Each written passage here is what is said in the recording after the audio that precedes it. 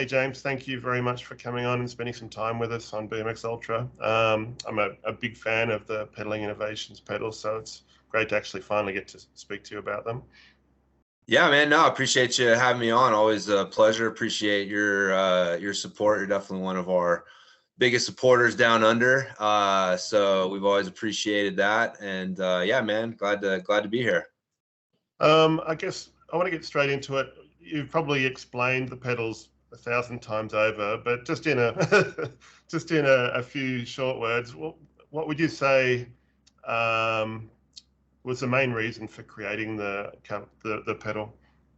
Yeah, no, it's and I have explained it a bunch, but I love explaining it because it's an interesting story of just kind of how different ideas and things kind of intersect into the singularity, if you will, that allowed me to kind of come up with this concept. But my background is actually as a strength coach, so working out in the gym, helping people get stronger. I ran track in high school and my 1 year of college. So that was more of my athletic background. I got into mountain biking a little late. And that's my background. I rode BMX as a kid, but just mainly just like jumping off curbs and stuff.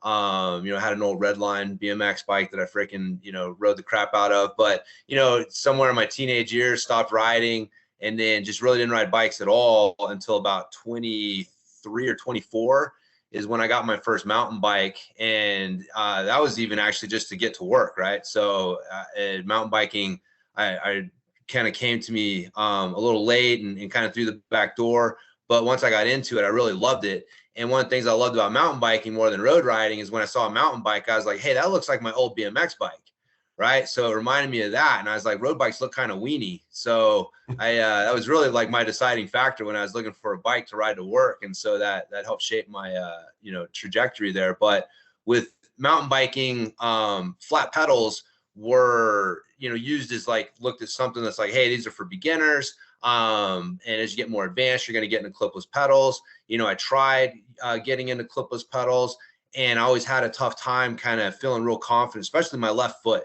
I had, just trouble feeling confident getting my left foot unclipped. And I was riding bikes in Santa Barbara, which is a really technical area, lots of, rocks and technical terrain. So, crashing and staying attached to your bike sucks. And so I ended up sticking to flat pedals, throughout the years, just, learning more about barefoot training and barefoot running and stuff. And then just kind of some different things from my training side, just about how the human body moves, how the foot moves and differently when you're running and walking versus like lifting in the gym and your foot's not coming off of the platform it's on. And so all of these insights kind of led me to realize that we've been approaching the pedal design wrong. Forever people have thought like you want to push through the ball of the foot, and they have all sorts of different reasons for why that is. But at the end of the day, a basic movement principle about the foot is that if the foot is not breaking contact with what it's in contact with, you want to keep the heel and the ball of the foot in contact with it. You want both pressure points for you to use. So like surfing or skateboarding, right? Like these activities where people are very athletic, but they have their feet flat on the implement because they're not jumping off of it. They're not coming off of it. Then you look at a sport where you're running or jumping, and yes, you are, pushing through the ball of the foot to do that, but that's because your foot's actually breaking contact with the ground, and you're trying to, to jump a little bit and break that contact. And so when you're pedaling a bike, it looks like you're moving, right? But you're not actually moving anywhere. You're staying in the same place. The bike is carrying your center of gravity through space. So again, it's more like surfing or, skateboarding or skiing. And again, you look at those sports and they keep their foot flat. They've got both pressure points so that they can make use of. And so that was really kind of the, my insight was like, man, we're kind of approaching this wrong. And so I had this, idea one day, like, man, why don't I need stiff sole shoes in the gym, right? Why can't I go in the gym and I can lift barefoot and my foot is strong and stable, but I get on the bike and even with like a good flat pedal, my foot kind of turns into this weak, unstable mess where I kind of need stiff soles or whatever to keep my foot in place. And that was where my insight was, is because when I'm in the gym lifting, the ground supports both ends of my arch. And that was literally like the little like light bulb moment that let me go, oh, so I want a pedal that supports both ends of my arch. And so it started me down the process of designing and coming out with the pedal. But that was really the insight, like I said, just kind of my background in these different areas and my passions about, helping people move better and stuff that led me to understand that we had been approaching the problem of the pedal and foot interface wrong, because there was a wrong assumption early on about the need to push through the ball of the foot. And so pedals have been designed with this assumption for, decades, and without ever stepping back and just asking fundamentally, well, is that actually what we really want to do? And so so that's what the Catalyst pedal does. It provides, a full, 5 inches in American, like 128 millimeters in the rest of the world, of contact space for your foot. So it's long enough for someone with like, a size 10, give or take, foot to be able to stand on it. And it feels like you're standing on the ground because you have both ends of your arch supported. So your foot's balanced, the arch is stable. You're able to use your hips and glutes better. It takes stress off the calf and Achilles tendon and knees. There's just all these downstream effects that honestly I didn't even really realize were going to happen when I had my initial insight. But the more, I rode the pedals and people rode the pedals and we got feedback on them, we realized that, man, this really, it's such a better way for your foot to interface with the bike, and it helps improve performance and comfort and all sorts of interesting things. But so yeah, that's kind of the long short version of the design. But yeah, that's kind of it. So obviously you created them initially for mountain biking. How quickly did BMXers take to them? Super quick. I was really actually surprised at how quickly BMX became our second most popular group of riders. And what happened is I didn't realize, but there was this flat pedal revolution thing going on in the BMX world, where you had all of these older dudes in their like, late 30s and, 40s and stuff, who had kids who were getting into BMX. And so they wanted to ride too. They're like, hey, I want to do this with my kid. And they came up in the days of like Rad, right? The old Rad movie, right? Like clipless pedals did not exist when I was a kid. Everyone rode flats. And so you grew up and you knew that, like, hey man, I can rip on flats, right? I remember being able to rip, like, just because my feet weren't attached to the pedals didn't mean that I couldn't ride my bike. And so these old dudes are like, hey, I want to ride flats because that's what I know and that's what I feel more comfortable with. And then some of these old dudes started coming across the Catalyst pedal and realizing, like, hey, not only can I like ride flats, but I can ride flats that I don't lose a lot of power and stuff and like I do with regular flat pedals. So you're not losing performance. And so, and then they started just like, yeah, word of mouth and people talking about them. And so the word started spreading. But yeah, it was kind of funny how that all kind of came together. But, once I started talking to people and realizing like what the story was behind why they were getting popular in the BMX scene, it made sense. I came across them because I got a big foot, size 13 foot. I thought a big pedal just makes sense. But I run a longer crank, so I started looking at how you said to position your foot with the arch over the center, over the axle of the pedal. But then I started dragging my toes. So then I had to realize there's obviously an adjustment, a different ground clearance with a mountain bike and a BMX bike. But I found I've got arthritis in my toe on my left foot. I don't feel that when I'm riding. I only feel it every other time. If I'm walking, if I'm sitting down, I'll feel it. But when I'm riding with the Catalyst pedals, I don't feel it at all. And I've spoken to other people with ankle injuries, and the bigger pedal seems to help, I guess, disperse the pain factor that you might be feeling from an old injury, which was not something I expected, but definitely a benefit. Yeah, no, that was something that I didn't expect either. I think my first clue that there was something going on with the foot was I used to get numb toes when I would go on long rides. And I realized after riding my prototypes for a few rides that I was like, man, I'm not getting numb toes anymore. Like, this is really interesting. And I started realizing like, oh, this is having other effects. And so what we found through the feedback and just, again, like thinking about it from a functional movement standpoint, you know, when you're on the bike on regular pedals and you have the stress on the ball of the foot, then it's basically like doing a bunch of lunges in the gym on your toes. And there's a reason that you don't do that, because it's really bad for your lower body. You're putting a lot of stress on the ankles. You're putting a lot of stress on the knees, the low back. You know, when your foot isn't stable, one of the things that you realize as you get into the functional movement and stuff is that if your foot doesn't work properly and isn't stabilized properly, the rest of the body is not going to be able to move optimally, right? Like your foot is that foundation. And if that foundation is compromised, then it's going to place extra stress on other parts of the body. And so, yeah, things like, you know, plantar fasciitis, you know, the Achilles tendon issues, knees, low back. I mean, it's interesting because we actually have doctors and physical therapists that recommend our pedals to patients for pain relief, because they understand what the concept is behind it, and it makes sense to them, and they're getting the feedback from people that, yeah, like it does relieve my pain. And so as far as we know, we're the only bike pedal that's actually recommended to help relieve cycling related pain.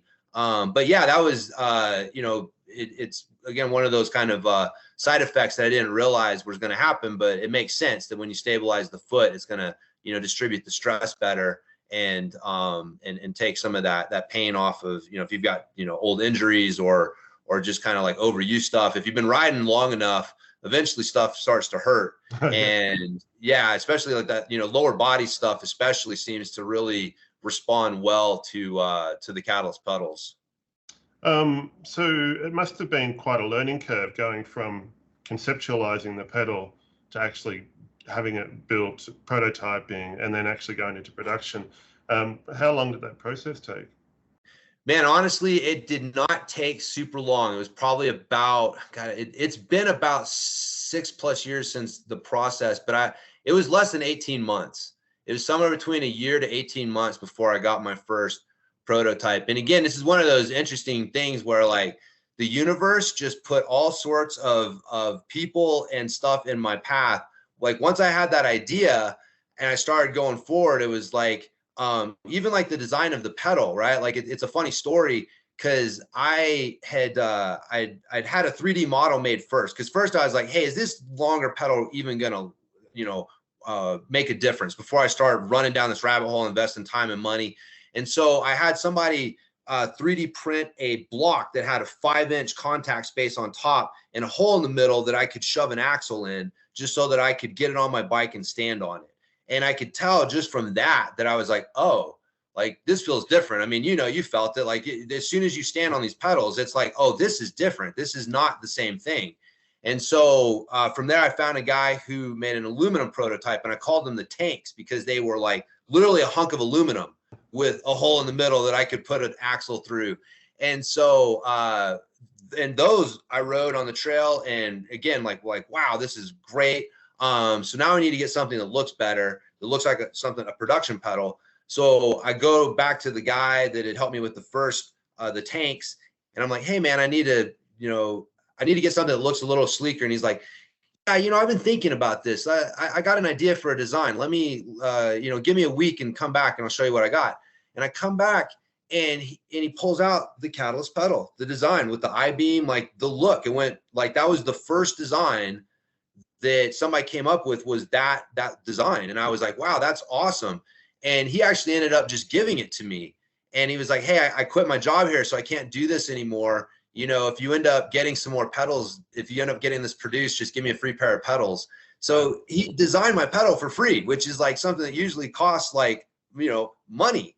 And then just because of my contacts in the mountain bike industry, you know, I work as a strength coach. I'd written for pinkbike.com, which is, you know, one of the largest mountain biking websites in the world. I'd worked with a guy named Aaron Gwynn, who is like one of the top downhill racers, and so I had some contacts in the industry that led me to VP Components, who makes VP pedals, and they do third-party manufacturing for a bunch of people.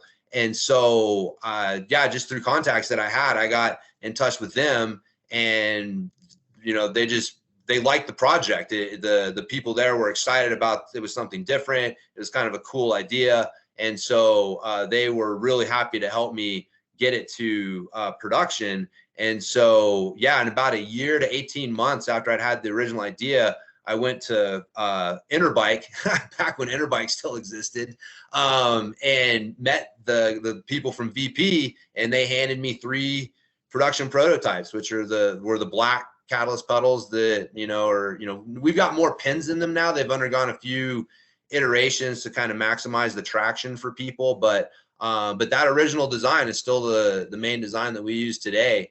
But that was the process, and it was cool because, again, I have bikejames.com as my website, and I had built a pretty good following through just sharing training information, right? Like, really, before I came along, I'm not, like, literally there was nobody doing mountain bike strength and conditioning before I really started, doing it online and bring people's attention, like, hey, you can strength train for mountain biking and get good results. And this is back like in 2005 when I started doing this, right? Like, there was still like question as to whether strength training would even help mountain biking back then. Yeah. And so, but I was able to use my email list and go to them and say, hey, I've got this idea.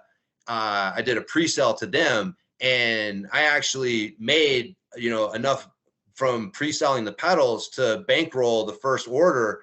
So I did like basically my own Kickstarter campaign through my network and my email list. And so I didn't have to take on, a bunch of loans or investors and stuff. And so to this day, it's still me and my wife and my daughter. We run the business. My daughter does fulfillment. My wife, Kiele, does customer service. So if you've ever emailed us, you've probably dealt with Kiele. And, I just, I do stuff like this. I do the fun stuff, promote the pedals. You did say, yeah, it's been about 6 years they've been in production. Has there been any evolution apart from adding the extra pins? Well, we do have an XL version that I don't know if we've gotten a pair to you yet, but we'll talk about. I need to get you a pair, because I basically have a buddy who wears a size 13, and I realized, like, he's not getting the support from this pedal that, like, someone with a size 10 is. And so we do have the XL pedal, which is specifically designed for like size 13 plus feet, because, again, it's about the having optimal pressure at the front and back of the arch that allows you to put more pressure forward or backward or even it out, right? That's what you're looking for. And so that's, I guess kind of the biggest thing we've come out with. We did have a design we called the Evo. Unfortunately, my manufacturer that I was working with turned out to be a flake, and so I'm currently working very hard to try to, like, get those going again. But the big difference there was just they used the pins that came in from the back as opposed to grub screws. And again, that's a debate. Like, some people love grub screw, like there's an argument for both, right? And so, but man, just to kind of add a little bit different, look with that pin setup and stuff. And so that was kind of the main thing, just trying to give people options on, the pins that they, what pin option they wanted. But, to be honest with you, yeah, the original design it just works. Yeah, I've had a lot of flat pedals over the years. I never decided to never race BMX with clip pedals. I just went flat pedals the whole way through the 40-something years I've been racing. I did run clips on my mountain bike, but that's a different story. And just when I first started using them, I just thought there's nothing about these that I would change. But the thought of them was weird. It's like, well, there's no concave, and I'm being told for the last 40 years you need a concave in your pedal. The pins are short, and for 40 years I've been told you need longer pins, and it all seems to work just the way it is. I was very surprised initially, and now I don't even think about it. I know I'm going to have grip all the time. I know I'm going to get more power down. It's just so much more comfortable pedal than, clawing your foot around a smaller platform. Yeah. Like, again, you got a lot of what we've been told you need for pedal design is based on that ball of the foot theory. And what, if you think about it, if I was to come to you and just, hey, I have an engineering problem, right? This is just independent of cycling, just engineering, right? So I've got a platform that's centered on a rotating axis, and I need to apply pressure into this platform. Would it be better for me to have a single pressure point that has to be perfectly aligned over the center, and if it gets misaligned at all, is going to cause that platform to start tipping to one direction? Or would I rather have two pressure points, one on either end, that allows me to balance the pressure, and stuff? Like, which one's going to be better from an engineering standpoint? What's a more efficient way to apply pressure into a platform that's centered on a rotating axis, which that's what a pedal is, right? It's a platform, whether it's a clipless pedal or a flat pedal, whatever it is, it's a platform that you're standing on that's centered on a rotating axis. And from an engineering perspective, it makes zero sense to try to have this single pressure point centered over. And what people have found is, if you actually have that pressure point centered directly over the axle, it hurts, right? It creates this hot spot. It's very uncomfortable. And so people have moved forward of that, right? Like, and so people even drill out cleats and stuff so that they can move their foot further back, right? So the point is that once you move that pressure point forward, now you start creating these unstable forces going into the platform. And so that's why people's toes point downward with regular pedals, is because that unstable force is forcing the platform to tilt downward. Now, the problem with that is, like, now I have my foot could come off the pedal. Well, how do I solve that problem, right? And so the answer up to this point has been, well, we're going to attach the foot to the pedal, right? We're going to use toe straps and then clipless pedals. Or we need a concave design, right? That allows me to put my foot in this bowl, basically, that creates this little bowl for the ball of my foot to sit in, to create some sort of pressure on the front of it to keep it from sliding off as much, or super long pins or super sticky rubber, something to really create as much friction with that interface as possible to keep the foot from slipping off when it's pointed downward like that. That's all a potential solution. The other solution is to just even the forces that are going into the pedal out, right? So like once you use the double pressure points on either end and you even that pressure out, now I don't have the foot trying to like fly off the pedal. I don't need to attach the foot to the pedal. I don't need crazy long pins. I don't need a concave design. I don't need super sticky rubber. You find out that, like, man, a lot of that stuff that we thought we need, we really didn't need. It was just we had shitty pedal design, and it was forcing us to have to do a lot of funky stuff to try to make up for it.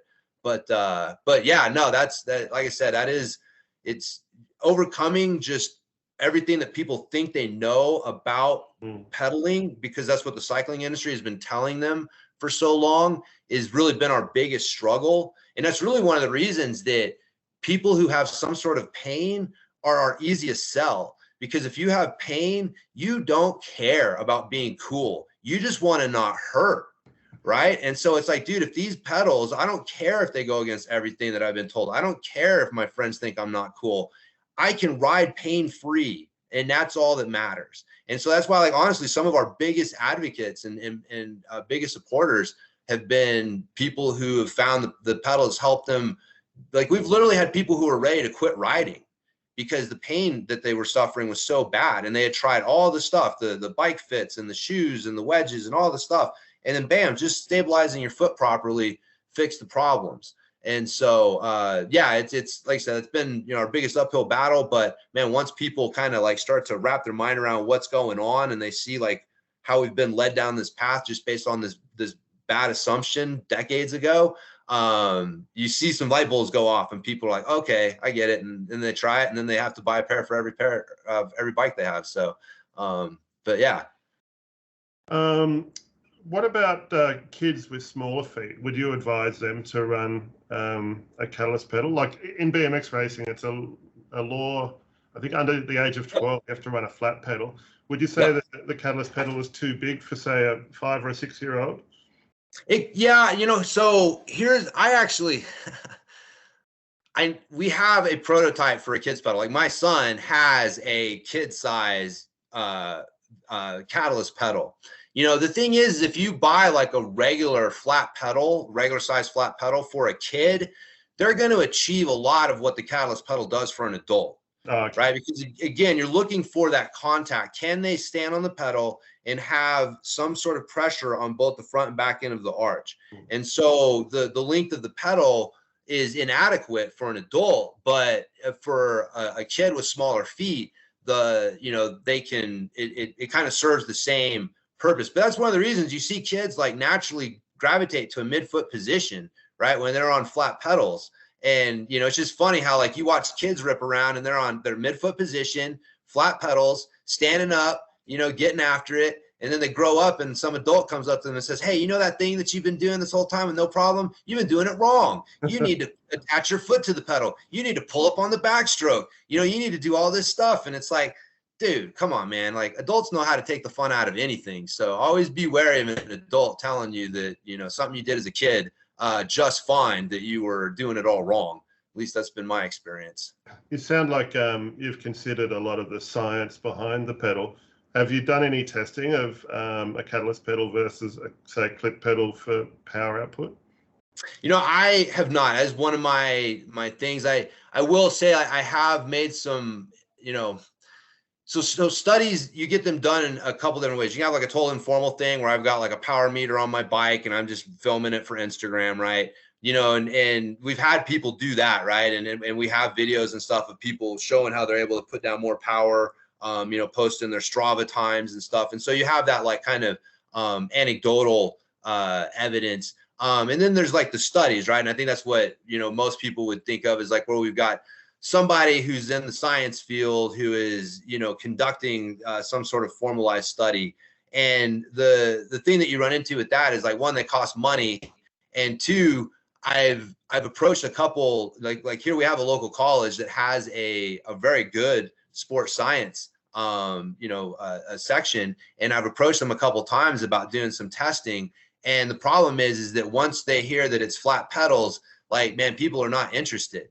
Like there's not a lot of like, unless you've got someone who's a real contrarian and they really are like, yeah, man, like it's just my nature to think that like whatever I'm told is bullshit and I'm going to try and like prove it wrong. Those people are rare, you know, honestly, especially like the higher up you get in an organization, you don't make it high up in an organization if you're a contrarian to that organization. And so if you're a sports scientist or a potential one, right? You're a student or a grad student, and you're looking to do your thesis, like or do some sort of study. Like, are you really going to be the one who's trying to prove that flat pedals are better than clipless pedals? You know, like that's just, there's no, like nobody wants to do that. And so, I've kind of run into a couple, walls like that when I'm, inquiring, is like people are interested, and then they find out that, oh, I'm wanting to study this flat pedal against this clipless pedal. Well, everybody already knows that clipless pedals are better. So why am I going to waste my time studying it? And so on some level, that's just an excuse. Like if I really wanted to put my head down, I'm sure I could make it happen. But, my thing is like studies are an interesting thing because you know how it is, man. If people don't want to believe it, they'll find something wrong with the study. And every study has a flaw, right? So even if I came out with a study that showed like, oh yeah, people are able to produce the same or whatever, there's something they're going to be able to pick apart, right? And so the people who really don't want to believe in it, like there's nothing that I'll be able to tell them or show them that's going to convince them. And the people that are, on the fence, like that's more who it would be for, like people who are kind of on that fence. But it's, I find that your riding buddy telling you like how great these pedals are tends to be one of the, like way more heavily than what the science tells you, sort of thing. But yeah. You were talking about Aaron Gwynn before. Have you had him try these pedals? I have not. No, we were not working together. I trained him for the first like 3 years when he was mountain biking. So actually, like, before he was Aaron Gwynn, sort of thing. Then he got with the Yeti World Cup team, and I worked with him for, a year or two at that point. And then we kind of, parted ways. He moved on to another team and stuff. And so, but no, I mean, I definitely learned a lot. It was a great experience, but I've not had the opportunity to get a pair of these into his hands. Again, though, it's interesting. Like, I've talked to some pro riders again through my contacts and stuff. And You know, it's interesting how few people are really curious about trying something new sometimes. Like I've been kind of shocked, like, hey man, you know, try these pedals out. And it's like, I'm okay. And it's like, dude, you're not even like curious. Like try them to say that you tried them and they still suck. Right. Like that's my thing is like, I've done that before. That's actually how I ended up on an oval chain ring. I tried it out because I thought it was going to suck. And I was like, well, I need to try it so I can say that I tried it and it sucks. And then I tried it and I was like, oh, this thing's actually not too bad. This isn't BioPace.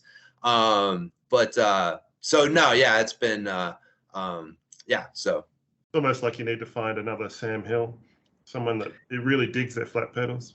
Yeah. You know, that Connor Fearon, he's a freaking ripper. You know, he's a flat pedal guy. He's kind of carrying the flat pedal torch right now in the World Cup, you know, downhill scene. I think he's one of the only guys, you know, finishes like top 20 who runs flat pedals. I mean, and so, but yeah, it's definitely not as, you know, popular. You know, it's funny, even when Sam Hill was running them though and showing everyone that, dude, you can do it, like people still doubted it, man. You know what I mean? So it's funny how people, you know, people get their ideas. And this is actually one of the reasons, like, I've focused on online stuff more than trying to get them into shops, because, you know, the reality is people who are really entrenched in the cycling industry, like they have a way of thinking about things, and challenging those things is not, you know,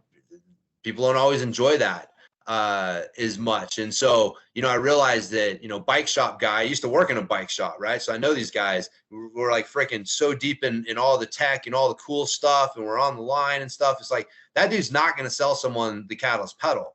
You know what I mean? He's going to sell them the latest, greatest thing that showed up on, you know, Pink Bike or whatever. And so I realized, like, if I can go directly to people and tell them the story, that I'll have a better chance than trying to go through traditional, you know, industry routes, just because this does just fly so in the face. Like I say, man, I tell people, like, you're not very popular when you show up to the party and you tell everybody their clipless pedal god is dead. And like, that just does not make you a popular person. But yeah. The whole lot seems to be like the timing of it, even though it took 40 years for people to think about something different to what they're being told all this time. It's almost like a perfect storm for you, isn't it? I mean, you were explaining how the pedal just sort of happened in one hit with a very short period of evolution, and being able to sell direct. Like, you know, if you had have come up with this idea 20 years ago, you would have struggled. Holy. Oh, dude, I've thought about that. Yes.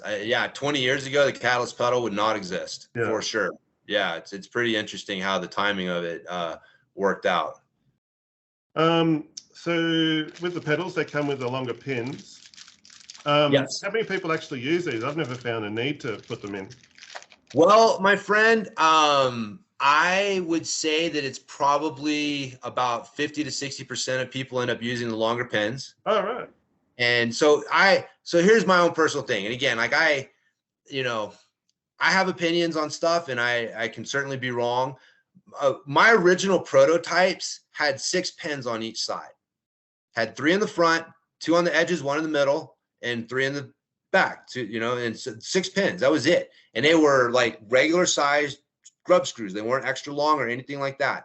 And those were the pedals that I was like, oh, these are the shit. Like, this is the most stability. My foot's not going anywhere. Like, I never had an issue. And then you know, when I went to the production, one of my buddies was like, hey man, you probably want to put a few more pins on these. And so I did. And, you know, we eventually put some more, and then people were like, hey, I still need more grip. And that's when I decided to put the longer pins in. But the reality is if you're able to find a midfoot position, a true midfoot position, and you have a balanced foot on the pedal, I don't think you need the longer pins. I think what it is people are so used to having that a little bit more, you know, bias towards the ball of their foot, that even when they think that they're midfoot, there's still a little ball of the footish, and they could still move their foot a little further forward to get things balanced out. And I think you'd probably unlock even another level of performance and stuff out of the pedals if you're able to do that. But again, some people, they just like to have their foot in that position or whatever it is. So instead of, telling everybody, hey, you're doing it wrong, I just said, hey, here's some longer pins. And if you feel like you need them, put them in. And so they definitely don't swap all of them. Like we put enough in there for they can swap all of them. We've had a few people tell us they did, and it was ridiculous. So if people do, what they tend to do is replace the edges or the edge in the middle. So basically where my original 3 pins were, right? Like, so the 2 edges in the middle, like that's where they would put the longer pins. And that seems to be plenty. And that solves pretty much everybody's problem when it comes to grip. But yeah, like I said, when people started telling me that they were having grip problems, I'm like, what are you talking about? Like, you got twice as many pins as I had on my prototype, and I never had my foot slip off. I've found yeah, you could probably use these pedals without pins and still get a lot more grip than you could with pretty much 99% of platform pedals that are on the market right now. Yeah, if you put grip tape on those things, I actually have those on my Assault Air bike, my exercise bike at my garage gym. I put my Catalyst pedals on that, and I wear flip-flops, and I put the grip tape on on the pedals so to took the pins out. And man, I'm able to stand up and lay down power and pedal as hard as I want to with that setup. And my feet aren't going anywhere, and it's like super comfortable and works great. And yeah, like if I had like a beach cruiser or something that I like wore flip-flops on, like that was actually one of my aha moments when I jumped on my bike in flip-flops on the Catalyst pedals and laid down power without feeling like my feet, like my toes were in mortal danger. That was where I was like, whoa, these things are different. Like, because the support's coming from the pedal body, not the shoes. Right. And so if the pedal body is not long enough to support your foot, then you end up needing the shoe to support your foot. And that's where people think you need like stiffer soled shoes. But once you have the pedal body supporting your foot, you can literally be on those things barefoot. Right. Like I've actually ridden in like my Air Assault bike barefoot a few times, just when, I was too lazy to go get my slippers, because I usually work out barefoot in my gym. So I don't want to put on shoes to do my cardio workout.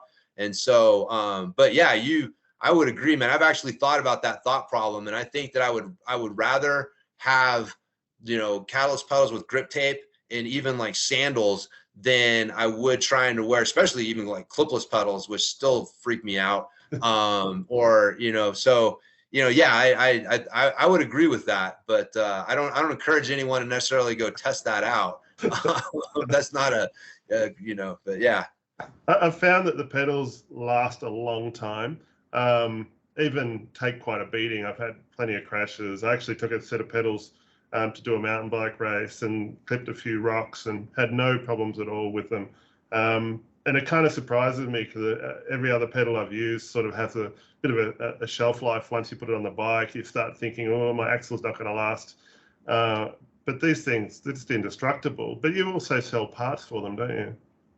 Yeah, no, we do full rebuild kits. We got the axles and the rebuild kits available, and we try to keep those at a reasonable cost. Man, I'm a consumer first and foremost, right? Like I ride bikes, and so I have to deal with the other end of the phone, right? When you're talking to somebody who already has your money and they don't give a shit about you anymore, like it drives me nuts, right? So that's why, like, when we started our company, I was like, man, I'm going to make sure that if nothing else, we give people the best customer service experience we possibly can.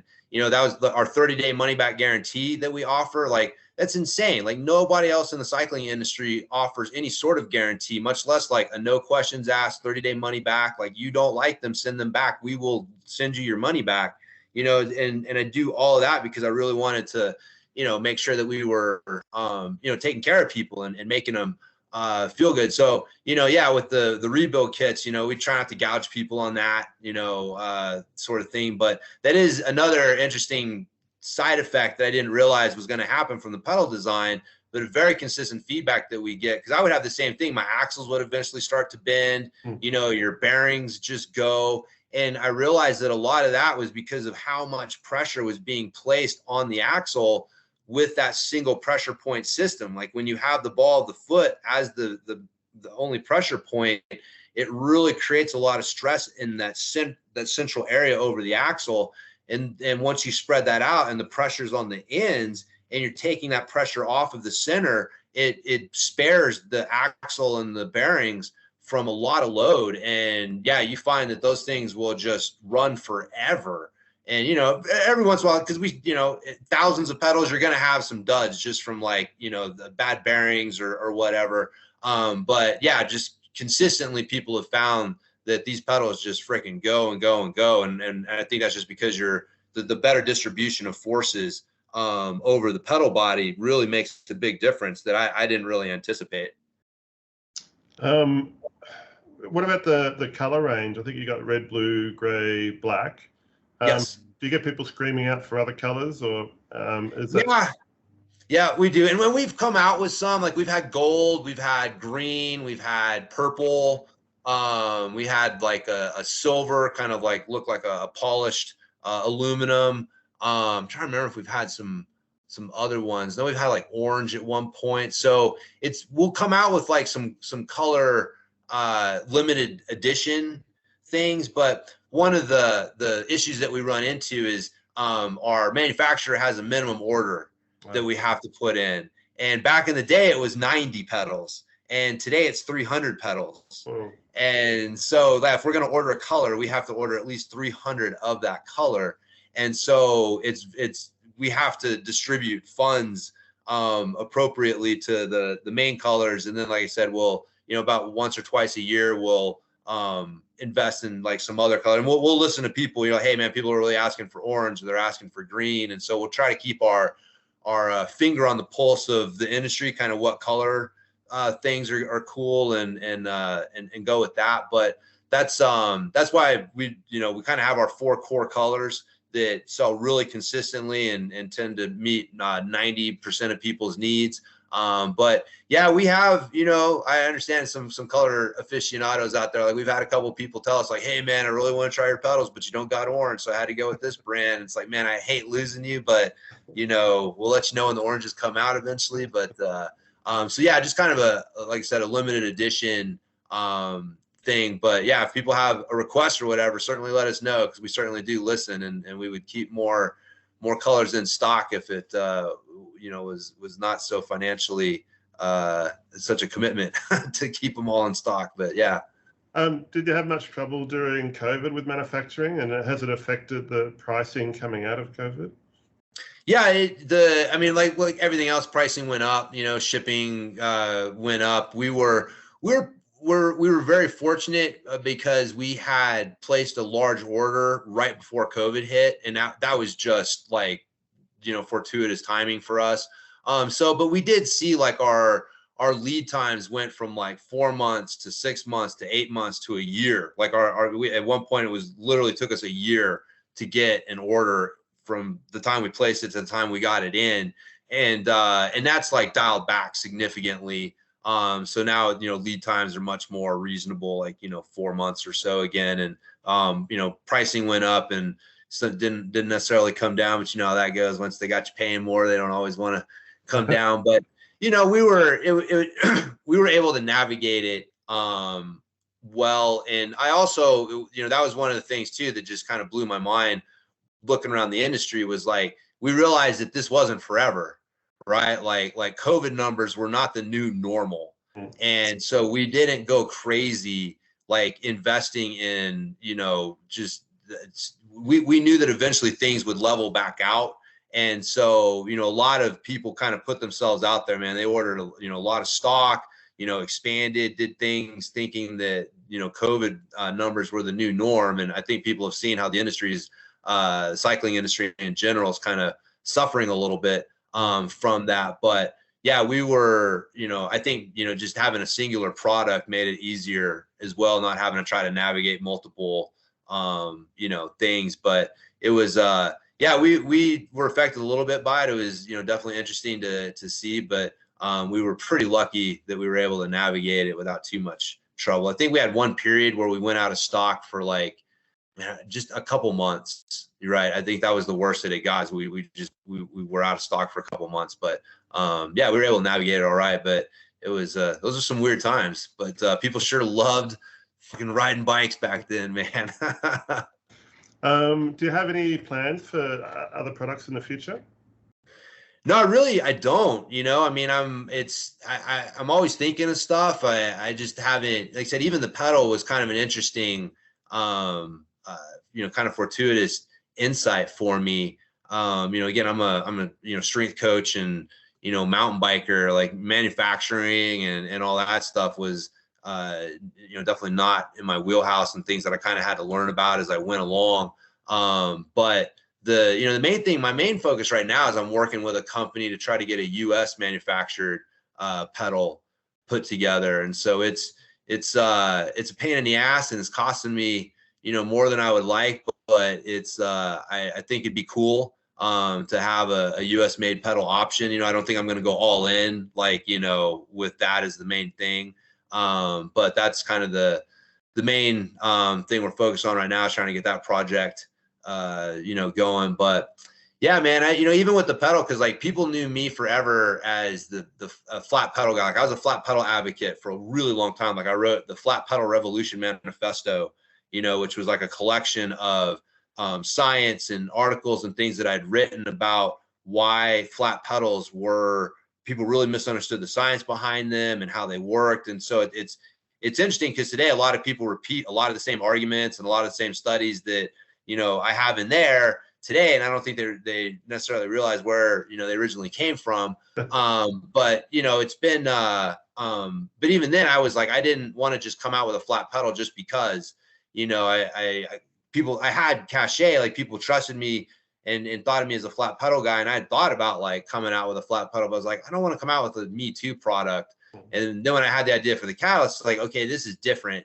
I want to do that. But so that's the thing. If I'm able to think of something different, I'd be happy to work on bringing it to the market. But just bringing out something that's just the same basic thing and slapping my logo on it and trying to convince people about why it's cooler than the other things, that just doesn't really hold a lot of appeal to me. So I just like nerding out on training stuff, really. So.